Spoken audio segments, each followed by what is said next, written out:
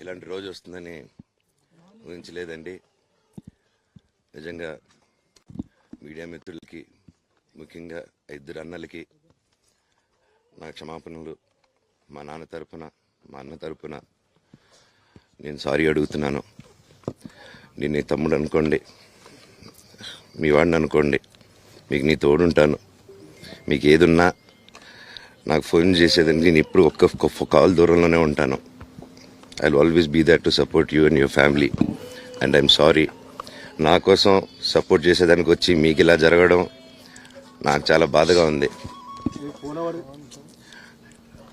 నా భార్య పేరు లాగుతున్నారు, 7 నెలల కూతురు పేరు లాగుతున్నారు. నేనేం అడగలేదు, సొంత కాళ్ళ మీద పనిచేస్తున్నాను. మా ఆవిడ కూడా వాళ్ళ ఇంటి వైపు ఏ డబ్బు తీసుకురాలేదు, వాళ్ళ ఇంట్లోనూ డబ్బు అడగలేదు, నేను అడగలేదు, ఆస్తి అడగలేదు. మా ఆవిడ 7 నెలలు గర్భవతిగా ఉన్నప్పుడు తనకి 7 నెలలు ఉన్నప్పుడు మా అంకుల్ వాళ్ళు ప్రతి ఒక్కరూ 7 నెలలు కాదు 7 నెలలు తను ప్రెగ్నెంట్. మా అంకులు విజయవాడలో ఉంటారు. అండ్ ఇక్కడ కొంతమంది అంకుళ్ళు నాన్నగారు బాగా క్లోజు. మనోజ్, నువ్వు ఎన్నో సంవత్సరాలు ఇంటి బయటగా ఉన్నావు, నీ సొంతంగా ఉన్నావు. మీ నాన్నగారు అమ్మగారు ఒకరే ఉన్నారు.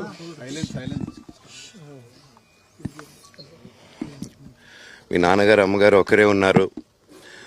మీ అన్నయ్య ఏమో దుబాయ్కి షిఫ్ట్ అయిపోయాడు ఫ్యామిలీతో. మీ వైఫ్ ప్రెగ్నెంట్గా ఉంది, తనకి తల్లిదండ్రులు లేరు. తనకి ఇప్పుడు మీ అమ్మ అవసరం ఉంది, పెద్దోళ్ళు అవసరం ఉంది. నువ్వు అక్కడే ఎలా చూసుకుంటావు అంటే, నాకు ఆ రోజు మా భార్య కూడా ఒకసారి వాళ్ళు అన్నీ చెప్తున్నారు కదా, ఎందుకండి ఒకసారి వినండి అంటే, సరేమ్మా నీకోసం వస్తాను అని చెప్పి మళ్ళీ తిరిగి రావడం జరిగింది. అండ్ నేను ఈరోజు నా గురించి ఆరోపణలు వేస్తున్నారంటే అది నేనేం చెప్పలేను. ఓన్లీ మీకు ఆధారాలు మాత్రమే చూపించగలుగుతాను. ఇప్పుడు వాళ్ళు చెప్పి నేను చెప్పి ఇది కరెక్ట్ కాదండి. నేను ఎప్పటి నుంచో కూర్చొని మాట్లాడదాం అంటున్నాను. పిల్లలకి లోకల్లో అక్కడ లోకల్లో ఉండేది ఎవరో కాదండి, మా బంధువులే అండి అందరూ. ఆ చుట్టుపక్కల గ్రామాలందరూ మా నానమ్మ ఊరు, మా అమ్మమ్మ ఊరు అందరూ మా వాళ్ళండి. వాళ్ళ పిల్లలు, మనవాళ్ళు, వాళ్ళ బంధువులు. సో వాళ్ళకి అన్యాయం, వాళ్ళు నాకు వాళ్ళ అర్జీలు పెట్టుకున్నారు, వాళ్ళ లెటర్లు పంపించారు, వాళ్ళన్నీ చేశారు. నేను వాళ్ళకి సపోర్ట్గా మద్దతుగా నిలబడి ఏమైంది నేను అడిగేసరికి వినయ్ అతనికి ఫోన్ చేశాను, మెసేజ్లు పెట్టాను. సార్ వాట్ ఈస్ హ్యాపెనింగ్, నేను కావాలంటే కాళ్ళ మీద కూడా పడతానండి, ఈ ఇష్యూ క్లియర్ చేయండి, మాట్లాడుకుందాం అంటే చాలా దురుసుగా రిప్లైలు పెట్టారు. నేను ప్రతిదీ ఈరోజు సాయంత్రం 5:30కి ప్రెస్ మీట్ పెట్టి ఇన్నాళ్ళు ఆగానండి, ఇంకా ఆగలేను. ఈరోజు ఈవినింగ్ ప్రతిదీ చెప్పేస్తాను.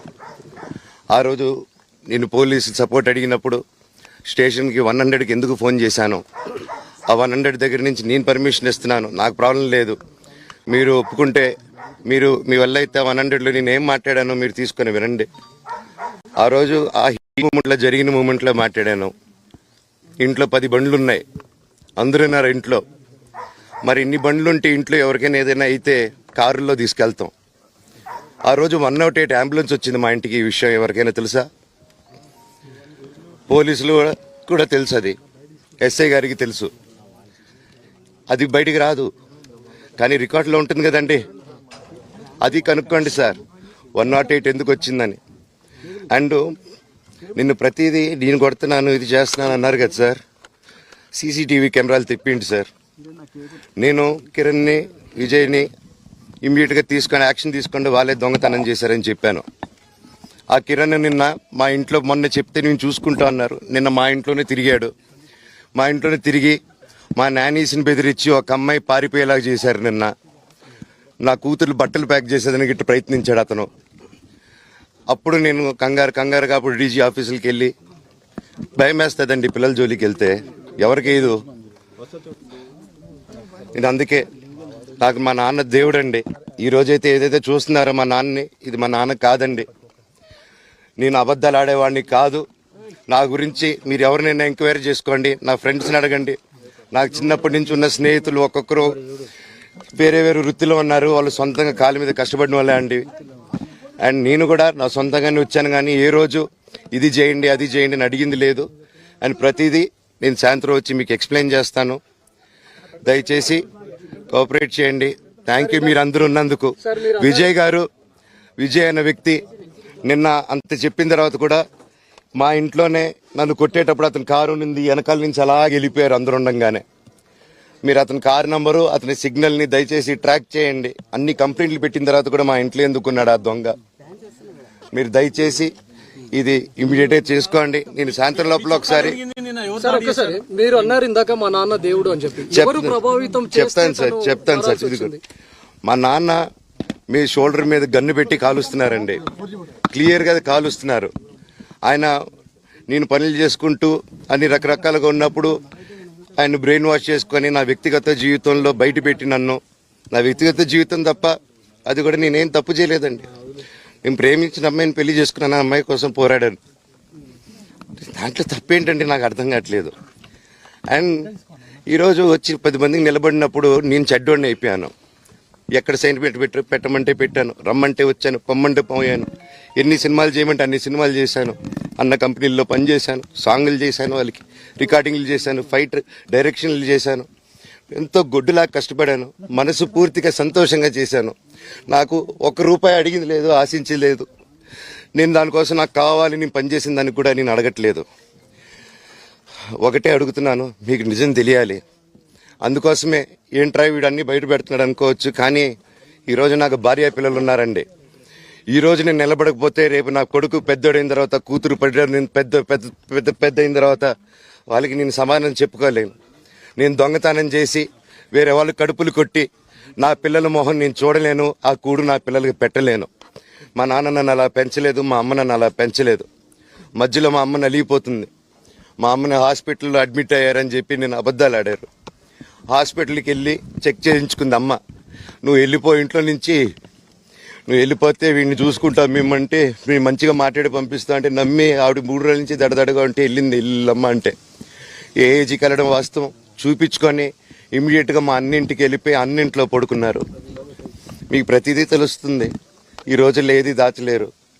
మరి ఇంత క్యారెక్టర్ అసాసినేషను నేను చేయని దానికి వచ్చేసారు అని, నా భార్య వచ్చిన తర్వాత నేను చెడ్డోడినయ్యానని, అదే వాళ్ళ తల్లిదండ్రులు ఉండుంటే గమ్మునుంటారా అండి? ఈరోజు నేను గమ్మునుంటే ఎలా అండి? తనకి తల్లి అయినా తండ్రి అయినా అన్నీ నేనే అండి. ఈరోజు తను వాళ్ళ ఇంట్లో ఆధారపడదు, నేను మా ఇంట్లో ఆధారపడను. నేను నా సినిమాలు చేసుకుంటున్నాను. తను సొంతంగా ఒక టాయ్ కంపెనీ పెట్టుకుంది. లాక్డౌన్లో నా అహం బ్రహ్మాస్మి సినిమా మా ప్రేమ కోసం ఆపేసినప్పుడు నిర్దాక్షిణంగా నేను చెన్నైకి షిఫ్ట్ అయిపోయి ఈ ఊర్లో వద్దని మేము అక్కడ కూర్చొని, నేను మనోజ్ నువ్వు బొమ్మలు గీస్తావు కదా, కథలు రాస్తావు కదా, బొమ్మలకి ఆత్మనిర్భర్ అని నరేంద్ర మోడీ గారు ఇది అనౌన్స్ చేశారు. ఈ బొమ్మలు, నీకు బొమ్మలు ఇష్టం, పిల్లలు ఉన్నారు, మనమే క్రియేట్ చేద్దాం బొమ్మలు అంటే, లాక్డౌన్లో నేను డ్రాయింగ్లు చేసి కథలు రాసుకొని నా ఫ్రెండ్స్ దగ్గర కొంచెం అప్పులు చేసుకొని మేమే పెట్టుబడులు పెట్టుకుంటూ, నా ఫ్రెండ్స్ కూడా పెద్ద కష్టపడి వచ్చిన వాళ్ళండి. వాళ్ళకున్న కొంతలో నాకు పంచుకుంటూ, మమ్మల్ని కాపాడుకుంటూ, ఒకరినొకరు కాపాడుకుంటూ నిలబడి ఈరోజు మనీని నిలదొక్కున్నాం అండి. నేను నా భార్య, తను కష్టపడుతుంది. ఇప్పుడు కాశ్మీర్ నుంచి కన్యాకుమారి వరకు ఓన్లీ తను, నేను, ఇంకొక 3-4 కలిసి దీన్ని ఇంత దూరం తీసుకొచ్చామండి. ఈరోజు నేను మళ్ళీ సినిమాలకు వచ్చేసాను. అందుకే ఈరోజు నేను నిలబడపోతే ఇది నా పిల్లలకి చెప్పేది కరెక్ట్ కాదు, ఎవరికి కరెక్ట్ కాదు. ఇన్నాళ్ళు గమ్మునున్నాను ఓకే, కానీ వాళ్ళ నాన్న ఆస్తుల కోసం కొట్లాడుతున్నాడా, మంచి కోసం నిలబడుతున్నాడా అనేది ఈరోజు మీకు సాయంత్రం వచ్చిన ప్రూఫ్స్ అన్ని వదులుతాను. మా నాన్న మీద గన్ను పెట్టి కాల్చే వినయ్కి, మా అన్నకి సాయంత్రం ప్రతిదీ చెప్తాను.